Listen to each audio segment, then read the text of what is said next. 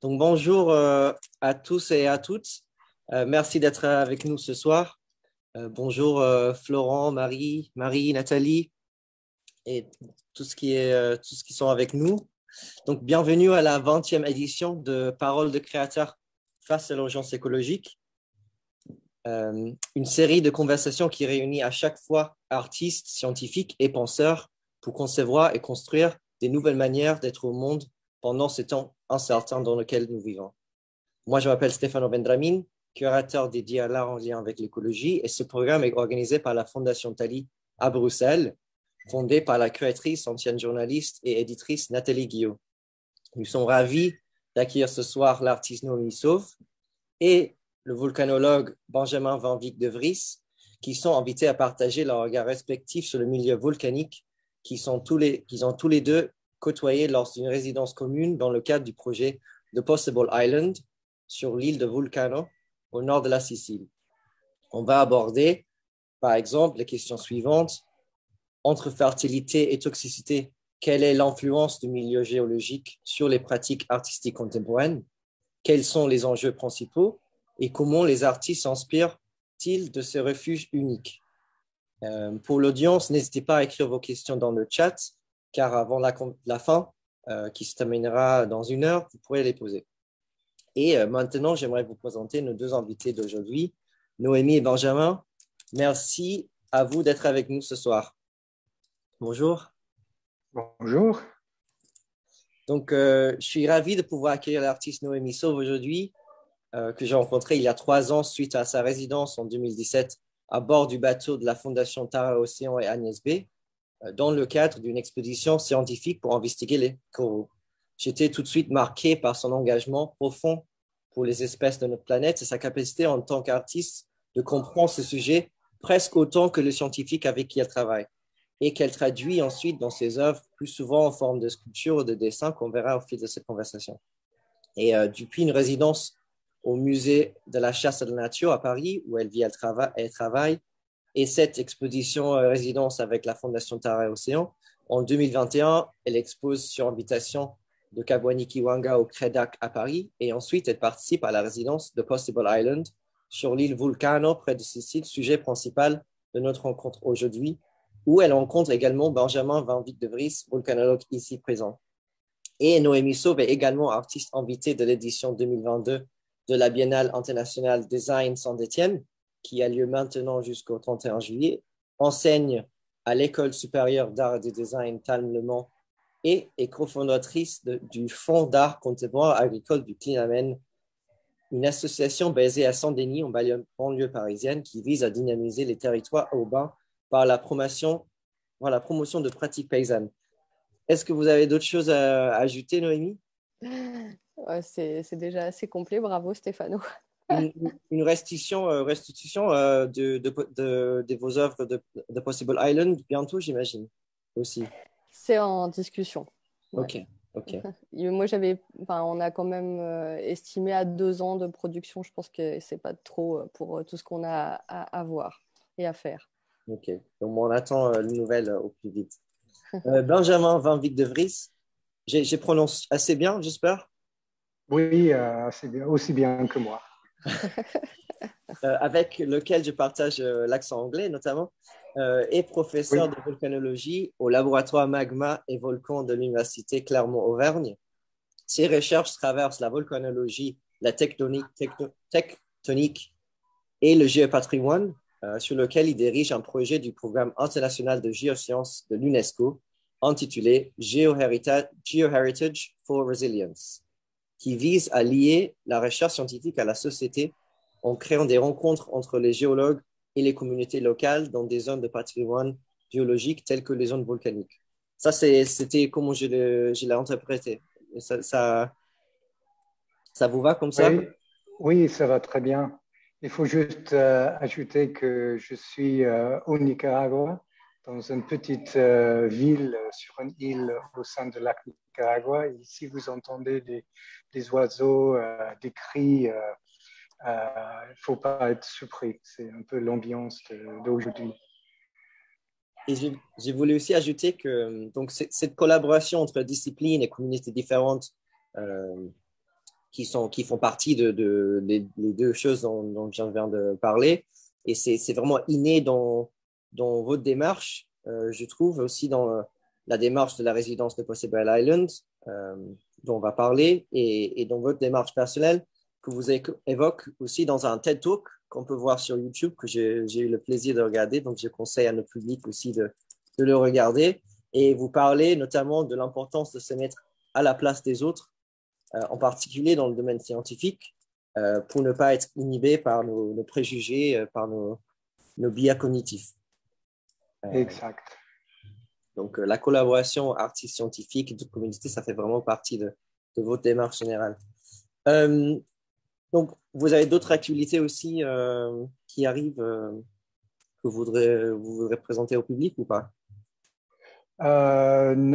Plutôt des choses que je ne voudrais pas dire au public, que je garde pour moi, mais non, juste pour expliquer, je suis au Nicaragua sur une autre île possible, notre Possible Island, qui a des avantages et des problèmes similaires de ce qu'on a sur l'île de Volcano. Donc, ce que je manque ici, c'est mon Noémie et compagnie. Mais je remplis le manque avec des autochtones qui parfois sont des artistes, aussi des historiens ou des guides, des gens variés et complémentaires, on peut dire. Ok, merci. Donc, Noémie, je voulais commencer avec vous. Donc, vous avez participé à 2 résidences artistiques au sein de projets scientifiques, donc notamment avec la Fondation Terre et Océan et avec The Possible Island. Et comment est-ce que, moi je me demande comment une artiste telle que vous arrive à s'impliquer dans ce genre d'expédition scientifique et d'où est né cet intérêt pour ce genre de projet chez vous? Déjà, je pense que le terrain, alors c'est vrai que c'est les premières expéditions vraiment avec des scientifiques, mais j'ai souvent travaillé avec ce qu'on peut dire des spécialistes, même si en fait ma volonté c'était d'éviter les spécialités justement. C'était plutôt de trouver en fait des endroits, des lieux physiques ou pas, où je puisse justement mettre en rapport les complexités. Donc il y avait cette obsession, cette envie de trouver ça. C'est vrai qu'avec la science, je me disais, bon, ben, peut-être que la science, il y avait cette idée que ça ponctue, que ça donne un premier biais de compréhension, même si finalement, je trouve que c'est un biais un peu attendrissant, parce que se dire qu'on a besoin d'isoler des choses et d'extraire des choses pour comprendre un tout qui est très complexe et qui fonctionne ensemble, voilà, ça m'intéressait aussi dans une organisation une désorganisation sensible par rapport à une compréhension de vie sensible.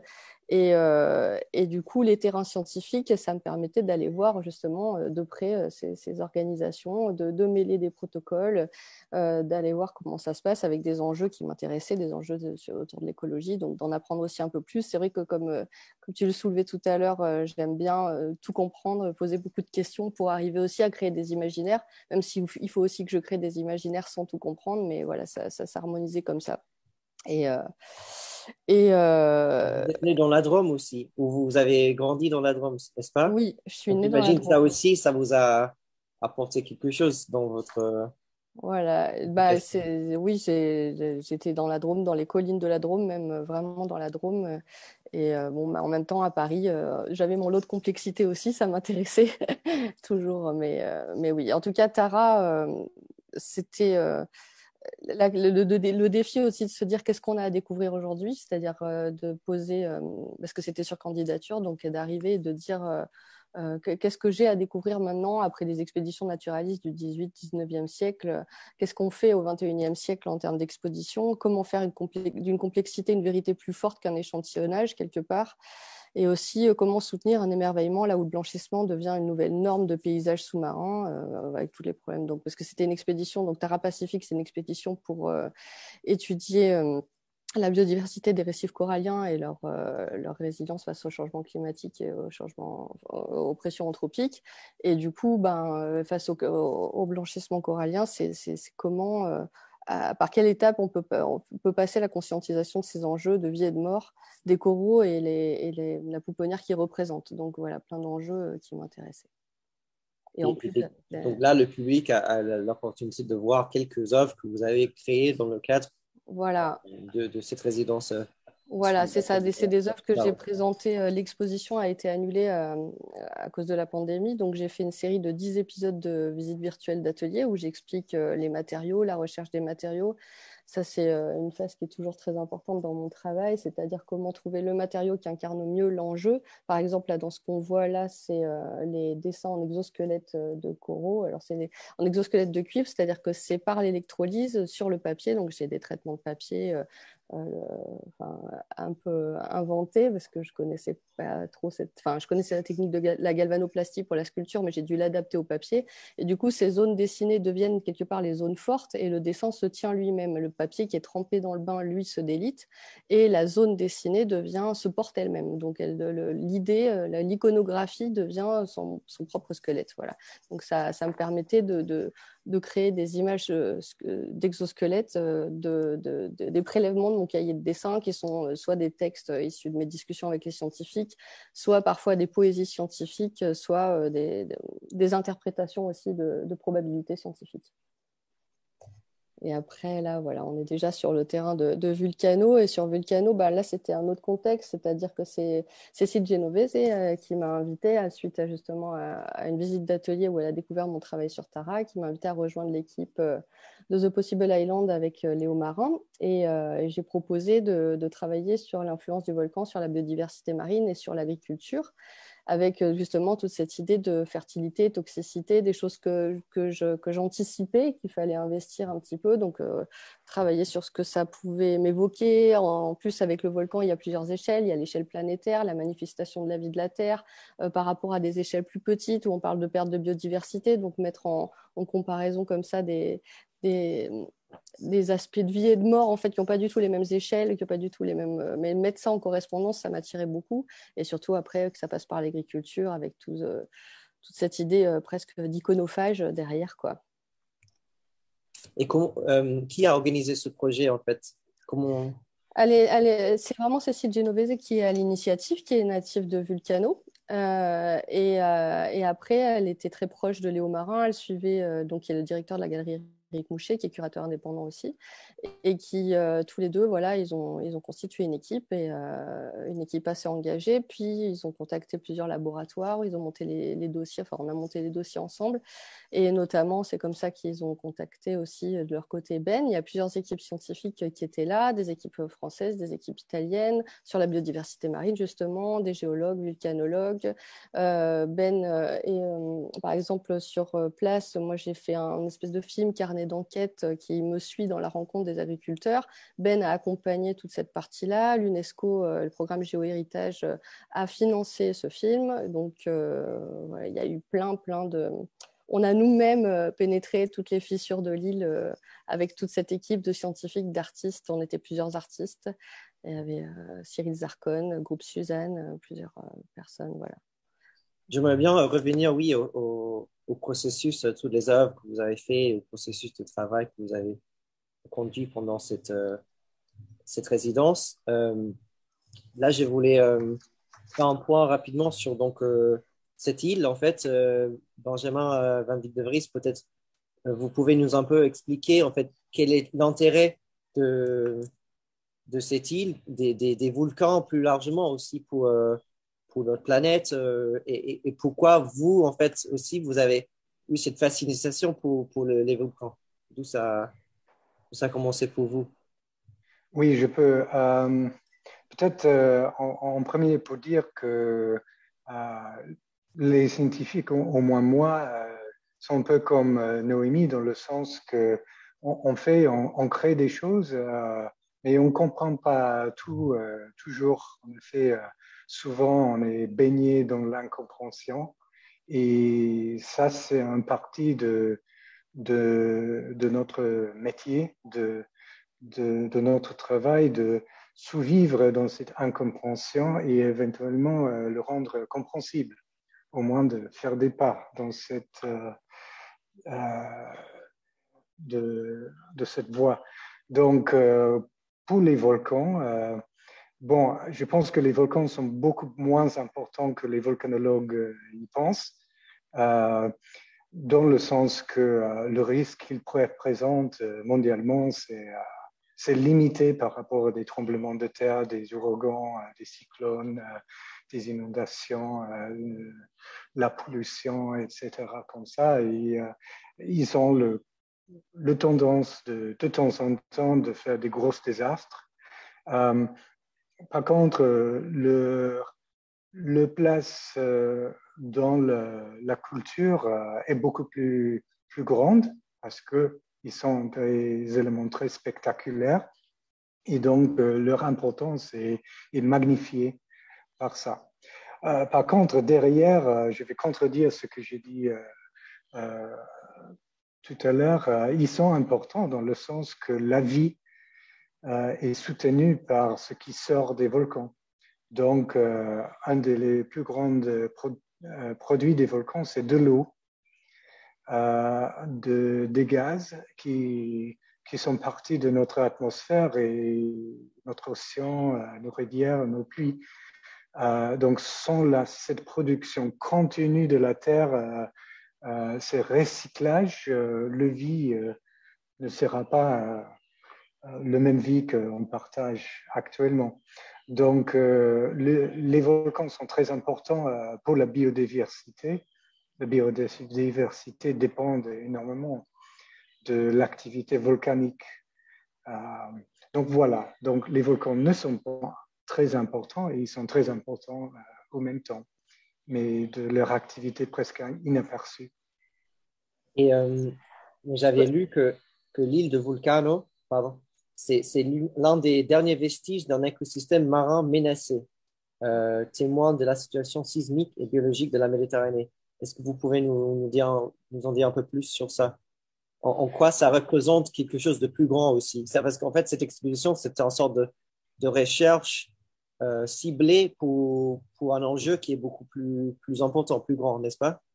Oui, donc je suis plutôt une personne de la Terre, mais ce que je peux communiquer, ce que j'ai appris de nos collègues italiens marins, qu'ils avaient un laboratoire magnifique sur la plage et ce que j'ai bien aimé, cette idée de passer tout le temps en slip ou bikini au laboratoire et pouvoir plonger dans son milieu à n'importe quelle minute. Mais eux, ils travaillent sur les écosystèmes qui dépendent beaucoup du gaz volcanique, soit qu'ils sont empêchés par l'émanation de gaz, soit ils sont nourris par ça. Et les changements dans ces écosystèmes sont très importants dans le sens qu'il y a un changement important naturel. Les sources de gaz changent tout le temps, le marine change tout le temps, et aussi l'impact humain a forcément devenu beaucoup plus important dans les derniers siècles et décennies. Donc, c'est aussi un écosystème partiellement en crise à cause de notre impact. Ça pourrait être l'impact de la pêche peut considérer l'impact des touristes, plusieurs impacts différents et variés. Parce qu'il faut bien s'imaginer que Vulcano, quand on parle de Vulcano, c'est très impressionnant parce qu'il y a des fumerolles tout le temps. Donc, il y a des déplacements de gaz, on les voit, c'est par l'eau qu'on peut voir les gaz. Donc, il y a beaucoup d'endroits où, en fait, où on est en danger, mais on ne le sait pas parce que c'est pas visible. Donc, l'eau, on en parlait tout à l'heure, mais l'eau des volcans, à plein de titres, sur l'île, elle est très présente. Elle est très présente parce qu'elle rend manifeste ces choses-là. Elle est réchauffée par le volcan, elle ressort de toutes les tuyauteries chez les habitants chaude, donc elle est refroidie dans des cuves. Il y a de l'eau de source qu'il faut aller se procurer des fois ailleurs, par bateau. Enfin, la gestion de l'eau sur le volcan, c'est vraiment quelque chose de fort. Et il y a cette idée de connexion, de connecteur de l'eau comme un connecteur. Voilà, on voit l'eau qui fume. Et c'est vrai que autant Ben dit que c'est pas très dangereux les volcans, mais je me rappelle d'être juste au-dessus de ça avec lui, on discutait ensemble, et dire à Ben quand même, est-ce que c'est dangereux d'être là? Est-ce qu'on est fou d'être là? Et lui, il me dit, mais je crois que personne ne se rend compte là sur l'île du danger qui essaie d'être là. Je dis, mais ça veut dire que toi, tu te rends compte ou tu ne te rends pas compte? Parce qu'en fait, on a beau le savoir, c'est très intriguant cette approche, cette envie d'être sur le volcan. Moi, le volcan m'a tout de suite manqué. Et quand on est parti, d'ailleurs, il s'est un petit peu réveillé. Le volcan, il y a eu des déplacements de fissures. Il a fumé énormément. Dans l'eau, on voit ça des bulles partout, quoi. C'est vraiment quelque chose qui bouge en permanence. On voit des traces de mouvement, d'éruptions d'avant, des dikes, des failles qui sont glissées dans des failles. Enfin, on est tout le temps avec une porosité historique, une porosité des fluides, des gaz qui est visible. C'est pas quelque chose qui est endormi, c'est vraiment visible sur Vulcano. Et en plus, le plus étonnant, c'est que ça crée justement une personnalisation presque du volcan. À la différence de Tara et des biologistes marins que j'ai pu rencontrer même à Vulcano, il y a vraiment chez les terrestres, comme Andrew Harris, qui était un autre volcanologue avec nous sur place, c'est son volcan préféré. Enfin, il disait que c'était son volcan préféré. C'est quand même quelque chose à entendre, c'est quand même voilà, quelque chose, quoi. Oui, le volcan, c'est sûrement quelque chose qui fait marcher notre imaginaire. C'est quelque chose qu'on voit souvent quand on est petit, dont on fait beaucoup de connexions. Tout C'est à fait. l'endroit ressource. Il y a quelque chose qui vient se soulever, qui vient s'extraire, dont on vient chercher quelque part des questions, des réponses. C'est un matériau. C'est moi qui suis toujours à défendre le fait de ne pas prélever et d'avoir que des échantillonnages de dessins ou de sculptures. J'ai pas pu m'empêcher de prendre quelques pierres. C'est irrésistible le volcan, alors que c'est menaçant. Oui, c'est vrai. Et ça montre aussi, on peut dire, l'importance d'avoir une discussion ouverte avec des gens différents, parce que j'avais juste dit que les volcans sont... en effet, c'est pas des tirs de Kalachnikov, c'est juste des religieuses qui font des petites feux d'artifice. Et c'est pas le volcan. Mais oui, c'est vrai que le volcan de Vulcano est dangereux et les gens vivent beaucoup trop proches. Donc, je pense que pour nous, on sait ce que j'ai dit. Oui, les volcans souvent où l'activité volcanique sont surestimées, mais il y a aussi des endroits comme Volcano où elle est sous-estimée très largement, spécialement par les gens qui vivent à côté, où ils ont des intérêts économiques ou sociaux ou quelconques pour ne pas penser.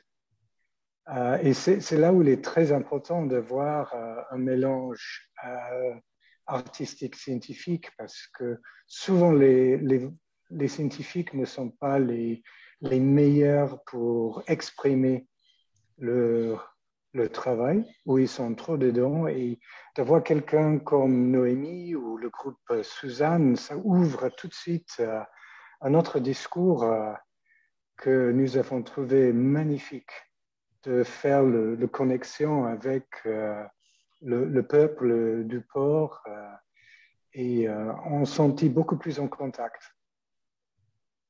Là, on voit des photos, des images, des œuvres que Oui, Noémie avait fait à ça partir c'est... de Ouais, Vulcano. ouais.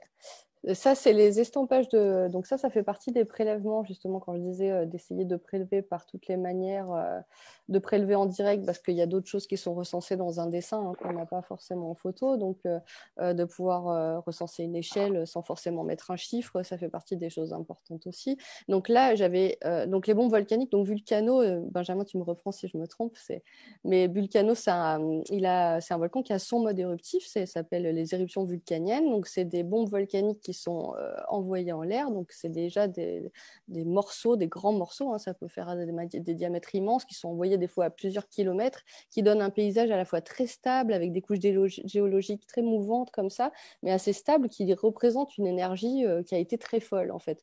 Et donc, on a cette espèce de contradiction dans le paysage de quelque chose de presque lunaire, comme ça, voilà, avec des fois cette bombe d'énergie. Alors là, c'est des bombes d'énergie qu'on voit à petite échelle, comme ça, qui ont des refroidissements donc, de l'extérieur vers l'intérieur, mais une expansion de l'intérieur vers l'extérieur avec les bulles de gaz comme ça qui poussent, qu'on appelle l'aspect en croûte de pain, le séchage en croûte de pain. Et en fait, donc, on a des bombes, mais des fois, c'est carrément un rocher. Quand on est en haut sur le cratère de Vulcano, on voit en face l'ancien cratère avec une partie explosée. On a la même chose dans une échelle immense. Et du coup, voilà, de prendre ces surfaces de bombes, de révéler ces fissures par les endroits qui ne sont pas dessinés, donc des endroits de creux, voilà, ça fait partie des types de prélèvements comme ça que j'ai essayé de prendre, quoi. Et donc, oui, parlons un peu plus de vos œuvres. Donc, vous avez, ce qui est très intéressant chez vous, c'est vous avez cette manière de travailler de phases différentes où avant une exposition comme ça, vous allez faire des recherches, vous pensez à des questions qui vous intéressent et après un travail sur le terrain et après un travail après. Est-ce que vous pouvez nous un peu parler de ça Oui. justement? Bah, c'est vrai que j'essaye toujours. Là, oui, je revois le dessin, on l'a déjà vu, mais ça me fait penser que je n'ai pas parlé des semences. Des semences, il y a des graines de tomates, donc aussi parce qu'il y a cette idée de résistance dans le deal. Il y a vraiment quelque chose encore lié à l'eau qui crée une résistance non seulement de la population, hein, qui a une solidarité, un fonctionnement qui était unique, et là aussi dans les semences, donc des tomates qui ne sont pas arrosées. Et du coup, voilà, dans la diffusion des tomates, dans cette idée aussi de résistance au brevetage du vivant qui fait partie des sujets que j'aborde. Mais bon, je reviens sur la question. Donc, c'est vrai que dans le protocole de recherche, la première chose que je fais, c'est toujours de protéger l'imaginaire. Donc, de créer des images d'anticipation de ce qui n'a pas encore eu lieu. D'ailleurs, carrément de penser le volcan comme quelque chose de potentiel, comme la graine, comme la semence d'ailleurs, qui peut être un potentiel vivant. Donc, de garder ce potentiel imaginaire, de créer des séries de dessins. Il y en a, j'ai créé carrément une série qui s'appelait les études de manifestations fantasmées, donc avec tout plein de modes éruptifs qui ne sont même pas propres à Vulcano, mais qui défoulaient en fait un imaginaire, et puis avec des questions attenantes, avec des croquis d'échelle de temps, de représentation de vie macro, micro, pour avoir bien en tête ces idées d'échelle. C'est aussi des espèces de penses-bêtes de sujets comme ça que j'anticipe, que sur place, qui risquent de ne plus exister parce que je serai trop dirigée. Ensuite, c'est apprendre quand même des choses, ne pas arriver de dire qu'est-ce que c'est un volcan, parce que si j'arrive et que je pose des questions sur le volcan, je ne rentre plus non plus dans les recherches, dans les enquêtes qui peuvent dépasser le stade de l'apprentissage. Donc d'arriver avec quand même des connaissances pour aller bien profiter des spécialités, on va dire, ou en tout cas justement quitter les spécialités plutôt. Donc quand je rencontre Ben, de pouvoir voilà, discuter avec lui et que tout soit intéressant et que je ne vienne pas chercher quelque chose que je n'ai pas compris en particulier. Donc il y a cette idée voilà, d'études. Après, il y a le prélèvement, donc c'est tout ce qu'on voit là, des dessins aussi d'observation tout à fait classiques, où j'ai dessiné plusieurs états. Par exemple, le soufre, on peut le trouver à l'état liquide, à l'état de cristaux, à l'état presque de pâte. Donc de voir, d'aller essayer de ces matériaux-là. Ça, c'était une grande bombe, d'essayer aussi la rencontre des papiers, parce que dans ces prélèvements-là, on a vu des prélèvements d'estampage de bombes avec des papiers de soie. Là, c'est avec des papiers plus épais que je vais travailler moi en amont. Donc aussi, quelque part, préparer le retour à l'atelier pour rendre compte des résistances des matériaux qui vont se rencontrer, pour rendre compte de ces prélèvements et de ces forces, de ces échelles. Et puis, une fois que j'ai fini ces prélèvements, il y a le film aussi qui a fait partie des prélèvements, même si en soi, le film en soi, je n'y toucherai plus. Je suis très contente de ce qu'il révèle. Ça, on en parlera peut-être plus tard. Et après, voilà le retour à l'atelier où, quelque part, c'est la remise en place au cœur des sujets de tout ce travail de complexité. Donc, comment, en fait, on va avoir des sujets qui vont recomprendre à nouveau des questions, mais des questions qui vont représenter quelque chose que j'ai pu constater, qui soit quelque part des questions-réponses. Comme il va y avoir cette idée de volcan refuge que je suis toujours en train d'essayer d'iconographier. Les obsidiennes aussi, les obsidiennes comme Donc, c'est qu'il y ait cette pierre. Alors là, pour le coup, ça fait partie des choses sur lesquelles je n'ai pas résisté. Donc, l'obsidienne, c'est de la vitrification comme ça de pierre.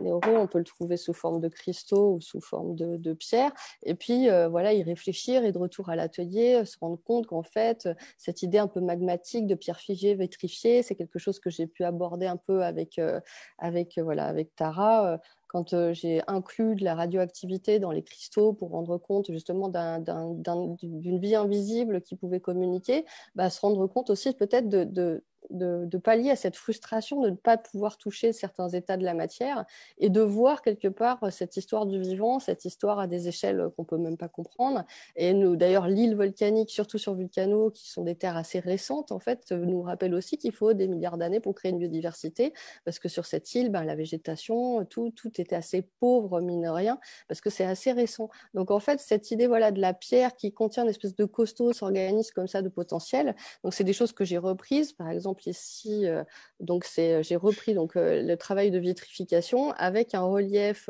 avec l'oxyde de cérium qui crée un relief vert de végétalisation sur la pierre et éclairé aux UV. C'est ce qu'on vient de voir, je crois, mais j'ai la lampe UV que je peux aller chercher, mais ça donne la même chose, éclairé aux UV, donc ça donne cette constellation un peu dans la pierre. Donc voilà, c'est aller chercher comment faire vivre les dikes, comment faire vivre ce potentiel, ces recherches, refaire une complexité qui recrée une iconographie comme ça de cette expérience. C'est très unique ces matériaux que vous choisissez pour vos œuvres. J'avoue, je ne connais pas d'autres artistes qui utilisent ces techniques que j'ai vues chez vous. En fait, comment est-ce que vous faites ces recherches comment est-ce que vous arrivez à trouver ces pratiques différentes, ces matériaux? C'est à force de faire.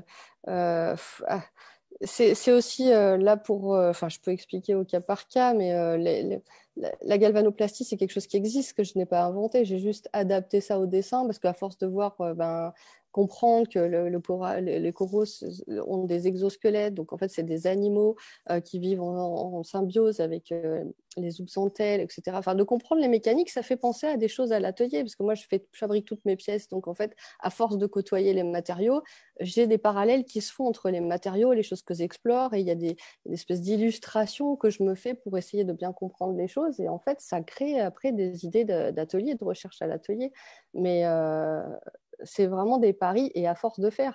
Je pense qu'aussi, les techniques, quand on fait soi-même ses pièces, on est sur des temps longs. En fait, c'est très, très long, même si je suis réputée pour produire beaucoup.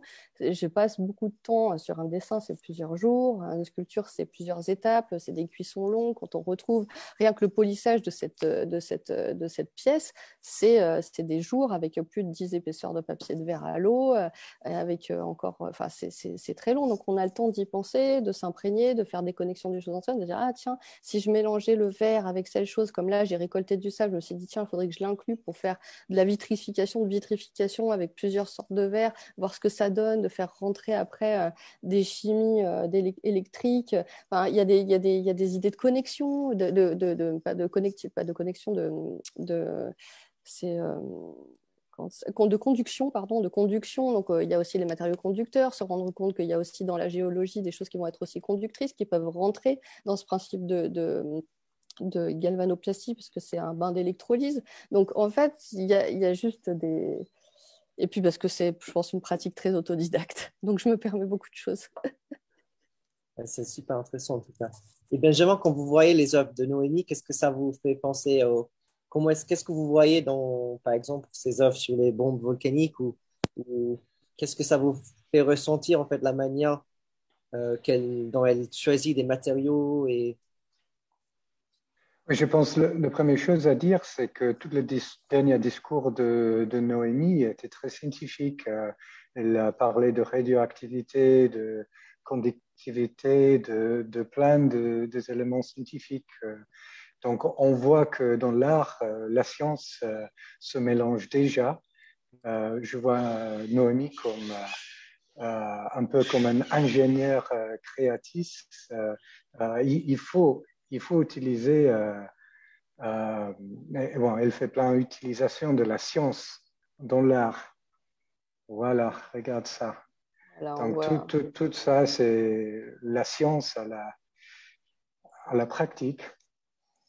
Donc, ce que j'ai trouvé très, très intéressant, non seulement de Noémie, mais les autres sur cette résidence, c'est que le taux de questionnement, les choses qu'on devrait expliquer, et quand on était en train de dessiner ou noter dans nos carnets, qu'ils approchaient et commençaient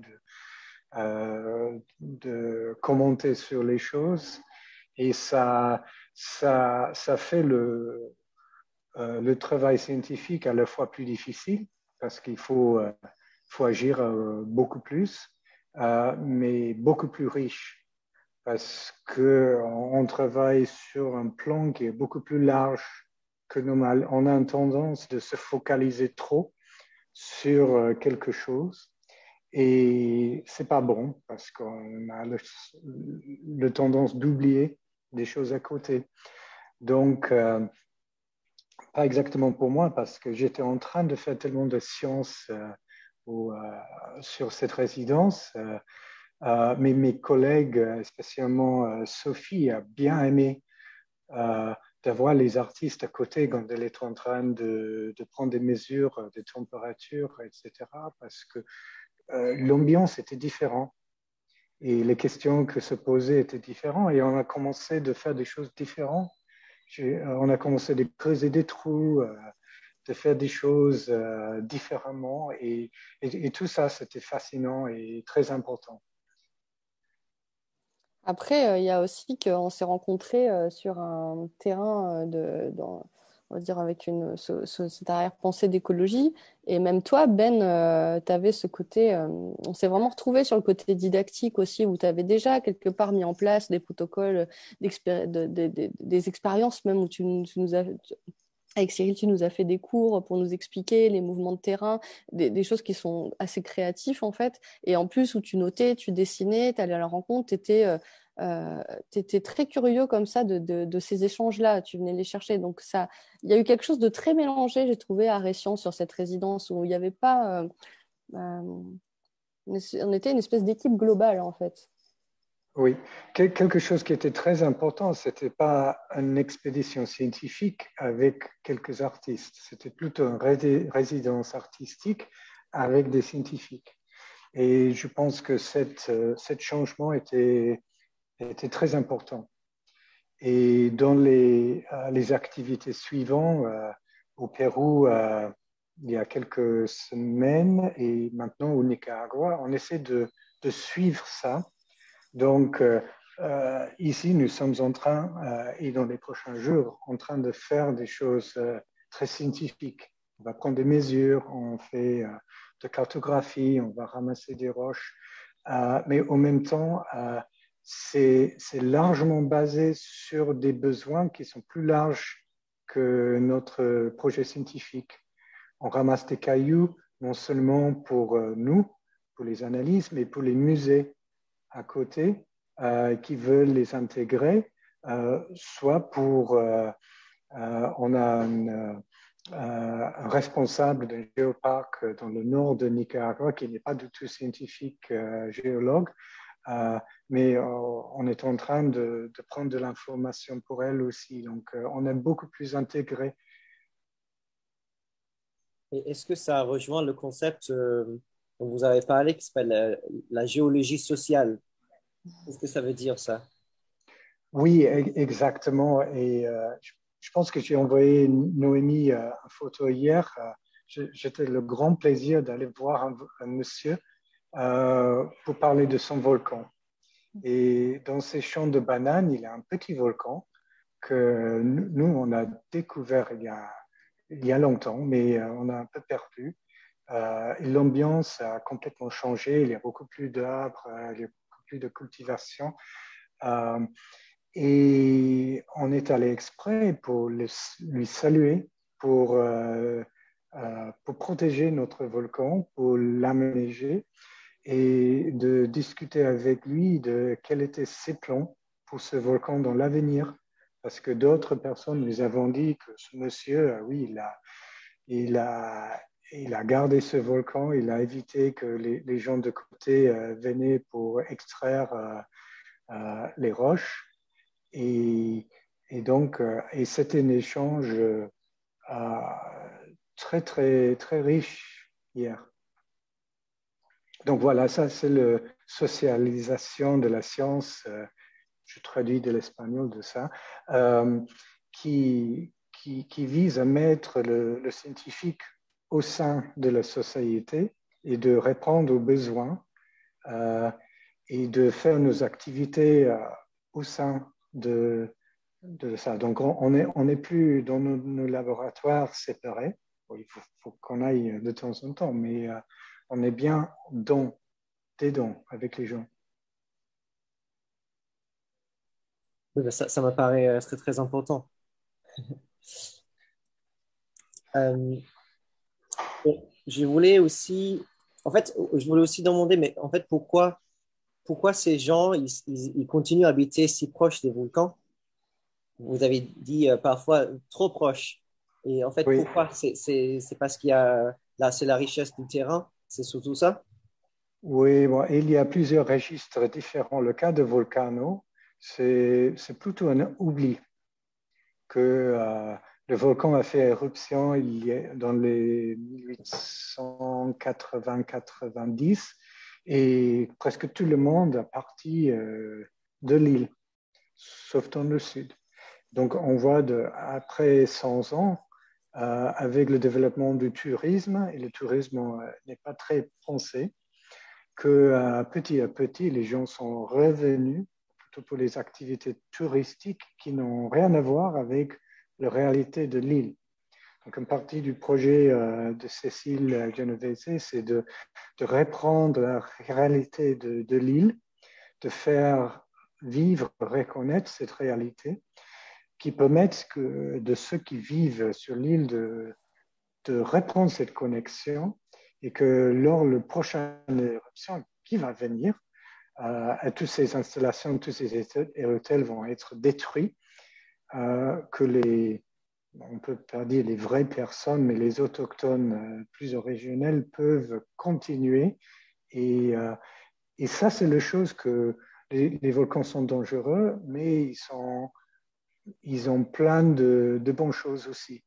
Donc, c'est en effet un équilibre entre ce qu'on peut gagner du volcan, de la Terre, et ce qu'on va perdre de temps en temps.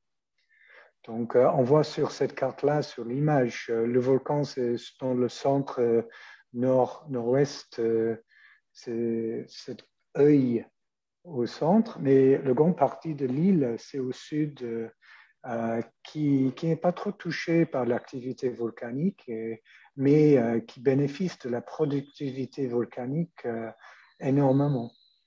Oui, les apports Donc, d'air aussi, de soufre qui viennent et tout. Ça, je voudrais juste préciser exact, que c'est les cartes de professeur Ferlazzo, qui est une personne très importante qui a étudié exact. les sols de l'île, qu'on a vu juste avant sur la diapositive d'avant, et qui est une personne qu'on a interrogée pour le film Terra Vulcanica. Voilà, qui est juste ici, professeur Ferlazzo. Moi, je trouve ça intéressant aussi parce qu'on voit partout dans le monde, en fait, pas juste avec les volcans, mais il y a des zones qui sont à fort risque des, des enjeux environnementaux ou soit des choses comme des volcans on voit depuis longtemps, mais soit des côtes, par exemple, qui sont à fort risque et que les gens, ils restent malgré, en fait, le fait que ça devient très dangereux. Donc, après, ça fait partie, j'imagine, de votre Voilà, programme de c'est ça. géohéritage, d'éduquer les gens à mieux comprendre et mieux vivre avec, s'adapter.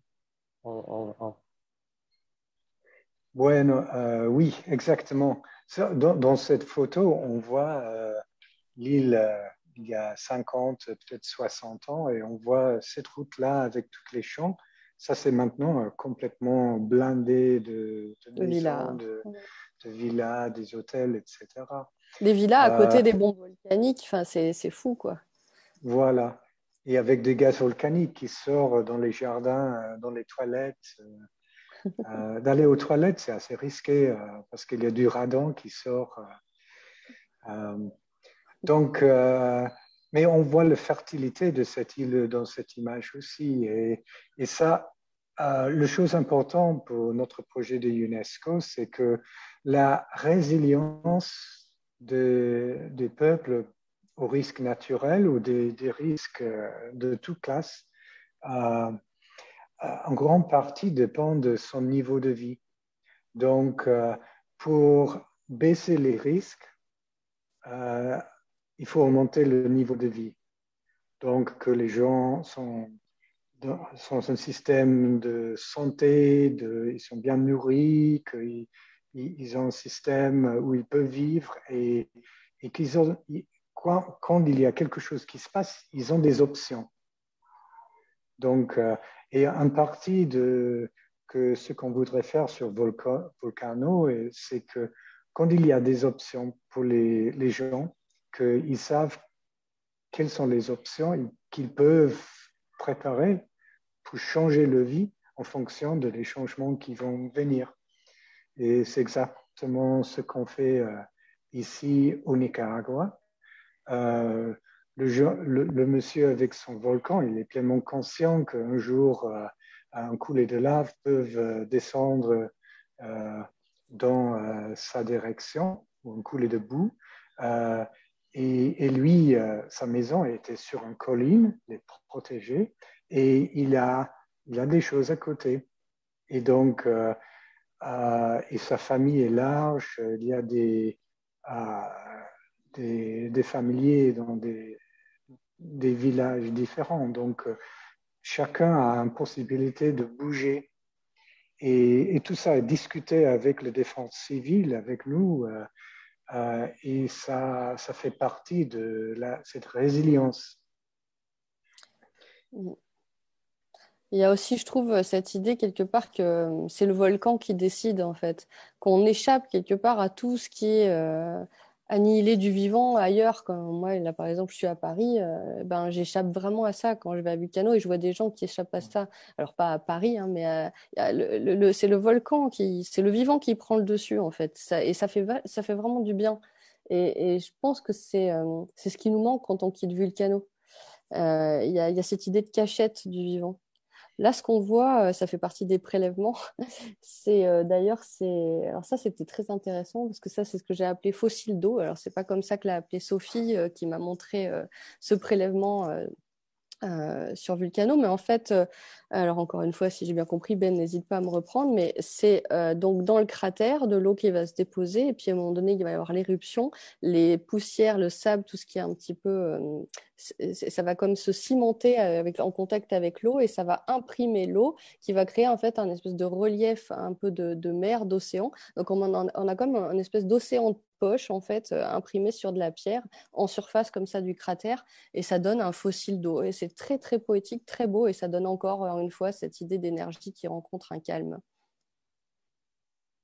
Là, c'est justement différents aspects de géologie, de matière géologique. Là, il y a cette pâte rouge que j'ai essayé de sculpter, voir un peu ce que ça faisait pour voir voilà, ce que ça pouvait provoquer après à l'atelier. Je ne sais plus d'ailleurs si c'est du soufre, parce que le soufre, c'est devenu rouge, mais liquide. Là, c'est pas du soufre. Si, ben, si c'est du soufre. Non, je pense que ça, c'est un argile, il y a Mm. le fer oxydé là-dedans Ah oui, c'était le qui fer donne cette oxydé. couleur. Tout à fait, ouais, c'est ça. Euh, le soufre rouge, il est très chaud, donc je ne Oui, pense voilà, pas c'est que ça, c'était pas chaud. tu mettrais dans C'était sa main. chaud, hein. Cela dit, c'était Oui. brûlant. Là, on voit, enfin, je me suis Ah, pas brûlée, mais c'était brûlant, mais c'était du fer oxydé. Maintenant, ça me revient, ouais. oui. Ouais, tout à fait. Et en parlant de l'adaptation, j'avais une question d'abord pour vous, Noémie. Vous êtes enseignante aussi Mm. euh, au TALM Le Mans. Et comment est-ce que vous voyez les choses s'adapter vis-à-vis, par exemple, des enjeux environnementaux dont on fait face? Est-ce que vous avez pu adapter des choses dans le programme que vous dirigez? Est-ce que vous voyez les choses changer au niveau des étudiants ou au niveau des institutions? Qu'est-ce que vous voyez du terrain? Alors, alors, moi, ça fait 25 ans que je suis sur ces questions-là. Enfin, professionnellement, parce que plus longtemps sinon, mais professionnellement. Et ça fait Et en fait, ce que je vois changer, c'est pas l'intérêt pour ces questions-là, parce que je n'ai pas trouvé qu'il y ait forcément plus d'intérêt, mais par contre, c'est l'écoute sur ces questions-là et la place que ça a pu enfin prendre au sein notamment des écoles d'art. Et c'est vrai que l'école Talm, toujours en Gèvement, l'école supérieure d'art et de design, je l'ai rejoint parce qu'elle était déjà bien engagée sur cette ligne éditoriale. Il y avait le master design et territoire, il y avait le master magma qui se mettait en place et que j'ai rejoint. Il y avait voilà et j'ai eu envie en fait de rejoindre cette école et je vois effectivement que ce soit des artistes donc en art ou en design, tout le monde se pose la question du comment faire, pourquoi et d'ailleurs est-ce qu'il faut encore produire, quelles sont les formes que peuvent prendre quelque chose qui serait autre chose qu'une production, que cette idée de production. Enfin, c'est très actuel les études. On peut pas s'en passer, même je dirais en école d'art. Et même là, tu parlais tout à l'heure de la Biennale internationale de design de Saint-Étienne, donc l'exposition Le Monde sinon rien, qui était curatée par Sophie Penn et Benjamin Grindorge, avec qui j'ai travaillé depuis le début sur ce projet. C'est une exposition qui questionne les apprentissages et notamment dans les écoles d'art. Et parce que justement, qu'est-ce que c'est comment on repense en fait ces idées de production, encore une fois, ces idées de création dans cette ère, dans cette période anthropocène, voilà. Et c'est d'ailleurs une exposition très intelligente montée par Sophie Penn et Benjamin Grindorge. Donc, et voilà. Et je trouve en plus qu'elle aborde plein de, enfin, que c'est pas spécialisé. Enfin, on se rend compte que justement c'est quelque chose de très universel. Et j'imagine, Benjamin, c'est la même chose pour vous, parce que les scientifiques, les géologues, tous ces gens qui travaillent autour des environnementaux vont toujours exister, mais peut-être là, enfin, on a de plus en plus de gens qui les écoutent. C'est peut-être ça. Oui, je ne sais pas s'il y a encore une écoute. Une chose que je pense est très important, c'est que ce que la science apporte, c'est le biais de raisonnement, qu'il faut chercher de l'information et baser le discours sur ce qu'on est sûr qui est vrai. Et après, si on n'est pas sûr que c'est vrai, accepter que ce que nos conclusions peuvent être à tort ou peuvent être mises en question ou changées. Et tout le discours pour l'environnement, je pense que c'est très important qu'il soit basé sur le raisonnement, euh, parce que sinon, on a un risque d'agir dans des sens qui ne sont pas très adaptés. Donc, quelque chose qui est absolument magnifique ici sur cette île. Euh, on a trouvé que, avec les archéologues, que les anciennes civilisations ici sont séparées par des éruptions volcaniques. Et que ça donne aussi un registre de les changements climatiques dans cette zone pendant les derniers 3 4 000 ans au moins. Et on voit qu'il y a des grands changements de climat. Il y a des temps très sèches, des temps très pluvieux.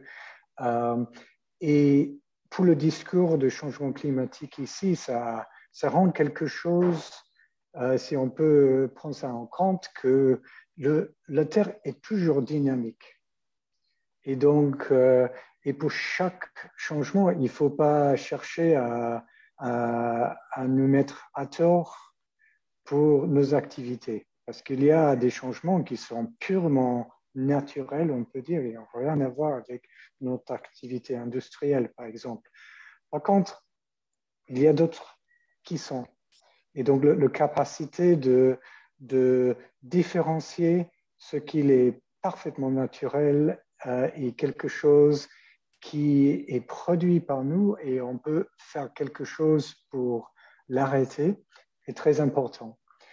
Euh, donc, je pense que oui, la science, on est beaucoup plus conscient des enjeux maintenant, mais aussi on est très, euh, on prend très sérieusement notre position dans ce débat, qui est d'apporter du raisonnement et des nuances quand on voit quelque chose qui change, de pouvoir vraiment trancher entre ce qu'il est notre faute et ce qu'il est en effet un changement naturel qu'on doit trouver toujours en adaptation, euh, mais qui peut-être demande un changement différent de quelque chose qu'on fasse nous-mêmes.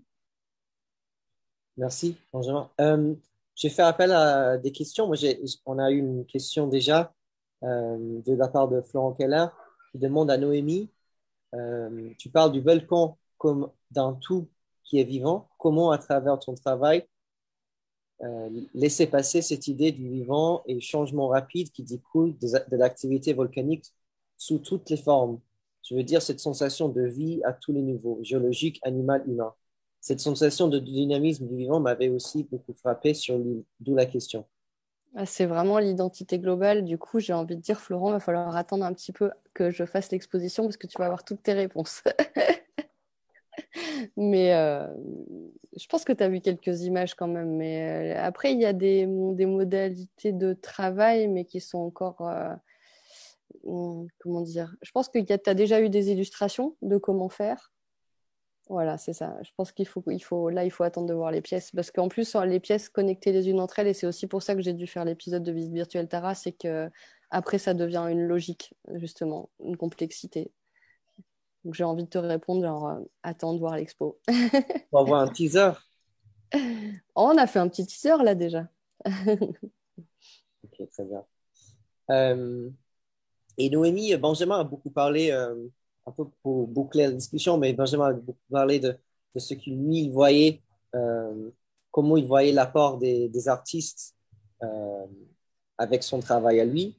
Et vous, de votre côté, vous avez dit, je vois qu'il y a un peu de similitude dans la manière que vous travaillez aussi. C'est assez scientifique dans la manière que vous recherchez, mais il y a quand même, c'est pas que un travail scientifique. Comment vous voyez la différence? Qu'est-ce que ça vous permet d'être artiste en plus? Comment vous voyez cet échange de votre côté? J'ai peur d'être un peu hors sujet, mais parce que cette idée de scientifique artiste, en tout cas surtout sur Vulcano, c'était très poreux avec des personnalités comme Benjamin. Après, quelque chose que j'avais un petit peu développé justement dans la discussion avec le Crédac, avec Anne de Malray, où en fait, quand on parlait justement de reprendre des morceaux de mes cahiers de voyage, de mes récits scientifiques dans mes dessins en titre de mes iconographies, il y avait cette idée quelque part de si on n'a pas des lignes de départ, on ne peut pas faire bouger les lignes. Et les scientifiques, c'est un peu le prétexte de départ pour faire bouger les lignes. Ok, merci. Dernière question qu'on demande à tous nos intervenants. Euh, Est-ce que vous avez une action et une lecture pour notre audience, pour notre public, pardon, ou qu'est-ce qu'ils pourraient faire concrètement de leur côté demain vis-à-vis de la planète, vis-à-vis de notre lien avec la planète? Tu veux commencer, Ben? Vas-y. Oh là là, oui, oui, tu commences. Ah, je commence, d'accord, je commence. Oui, Alors moi, je dirais, et ben justement, ça va rejoindre la question de la lecture. Et encore une fois, je viens de parler d'Anne de Malray, mais Anne de Malray, donc, qui a dirigé notamment ce numéro de la revue Bilbo du Musée de la Chasse et de la Nature. Et ben dedans, j'ai été très heureuse de pouvoir discuter avec Michel Pichon, qui est un spécialiste des coraux, un taxonomiste, et où on parle du refuge crépusculaire. Et pour moi, c'est un entretien qui est très très important parce que dans ce que je veux défendre, c'est la protection en fait du réensemencement naturel des coraux pour ce qui est de cet article, c'est-à-dire de toutes les possibilités de résilience naturelle sur des rythmes naturels. Parce que j'ai très peur dans tout ce que j'ai pu accompagner d'une espèce de surdomestication et surentretien du vivant qui serait ingérable et puis qui enlèverait beaucoup d'émerveillement euh, pour nous par rapport à notre côtoiement du vivant. Donc je dirais encourager l'autonomie du vivant plutôt que de l'assister ou le domestiquer. Et où est-ce qu'on peut retrouver cette revue? Ah, on le retrouve dans plein de librairies. Voilà, elle a fait les numéros 4 jusqu'au 19. Et dedans, il y a vraiment, c'est une galerie d'art, des textes scientifiques, des textes sociologiques, d'historiens, d'anthropologues. Et c'est toujours des débats très actuels sur des thématiques. Là, c'est architecture animale. Mais vraiment, ça, c'est une grosse ressource. Ça a été une grosse ressource pour moi dans mon travail. Après, j'avais préparé 2 livres qui m'ont accompagné sur Vulcano. Je finis comme ça avec ça, qui sont ces deux-là. Donc, Vivre avec les catastrophes de Yoann Moreau et Les iconophages de Jérémy Cohen. Voilà. Merci À toi, beaucoup. Ben. Ok, oui, ça m'a donné le temps de chercher les idées, mais j'ai un livre aussi. Donc, voilà, ça c'est un livre Écoutez, qui n'est pas disponible en Europe actuellement, mais va être bientôt traduit en français, en anglais. Et c'est un livre fait par un scientifique, par des organismes scientifiques là, aussi. c'est IGP. Oui, c'est l'Institut géophysique de Pérou. Et on a notre projet UNESCO et le United States Geological Survey aussi. Donc, mais c'est un livre écrit par un scientifique avec bien sûr un artiste qui a fait ces magnifiques dessins. Et ça parle de l'histoire de cette fille et son chien au Pérou pendant l'éruption de Huayna Putina en 1600. Et c'est une histoire, en effet, de résilience, de salir de son pays et éventuellement de retourner et reprendre la vie. Euh, et ce qui est important pour moi, c'est que euh, c'est un récit scientifique, c'est une publication scientifique, mais qui parle directement au peuple. Euh, et qui donne, donc ça c'est une chose, la capacité des scientifiques, c'est un message aux scientifiques qu'ils peuvent communiquer de manière différente et d'être un artiste comme un scientifique en même temps. Et l'autre chose, c'est peut-être plus le monde plus artistique, c'est que l'utilisation de la science, le raisonnement, nous apporte un cadre pour comprendre notre environnement qui est très important et qui nous aide à faire les bonnes décisions. Donc, et avec 200 ans de renaissance scientifique, finalement, on est arrivé à une capacité d'agir. On peut agir pour sauver notre biologie, notre biosphère, notre géosphère, et on a les outils pour le faire. Et avec le raisonnement et avec un bon coup d'émotion, inclus notre pouvoir artistique, on peut arriver. Donc, il ne faut pas être trop déçu, trop des pensées trop noires actuellement, parce qu'on est en crise, mais cette crise est gérable si on fait avec les bons outils. C'est pas le volcan. On est bien. Bon, merci beaucoup pour d'être là. Merci beaucoup pour votre partage. Euh, Comment est-ce qu'on peut suivre vos activités déjà, j'ai pas compris le nom du livre. Comment ça s'appelle le livre, Benjamin? C'est Huayna Putina, le jour qui a se levé le volcan. Je D'accord. fais traduction simultanée de l'espagnol. Là. Voilà. Et, et nous, on peut suivre comment vos activités? C'est pareil pour vous. Bon, il y a le site web du projet UNESCO, geopoderes.com, et, mes collègues du projet, ils balancent aussi des éléments sur Twitter, Facebook, etc. Et on a des discussions comme ça presque chaque mois aussi. Donc, vous êtes bien invités de nous joindre pour les prochains. Voilà. Super. Noémie? Les prochaines activités, ben, c'est souvent annoncé sur les réseaux sociaux ou par les newsletters. Il ne faut pas hésiter à me contacter sur mon blog ou sur mon site internet. Très bien. Bon, on va essayer de mettre tout ça sur la page du site web. Donc, ça, c'est tout pour ce soir. D'ailleurs, je Euh, peux annoncer que je pars installer une exposition dans 2 jours au Ravitaillement, qui est un lieu d'art et pratique rurale à Gavry-sur-Sienne en Normandie. Voilà, l'expo s'appellera Préhension et qui va présenter une série de dessins à partir d'entretiens avec des agriculteurs, maraîchers et éleveuses.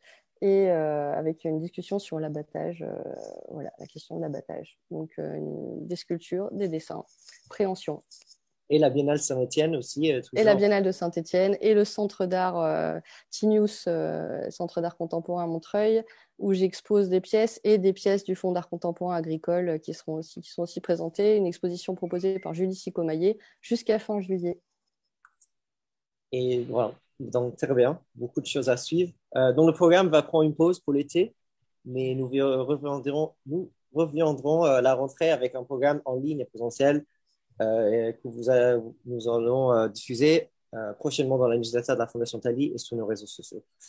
Donc, d'ici là, bonne soirée à tous. Merci encore beaucoup, Stéphano. Merci pour à l'invitation. bientôt. À bientôt. À bientôt. Bonne continuation. Merci. Bonne soirée.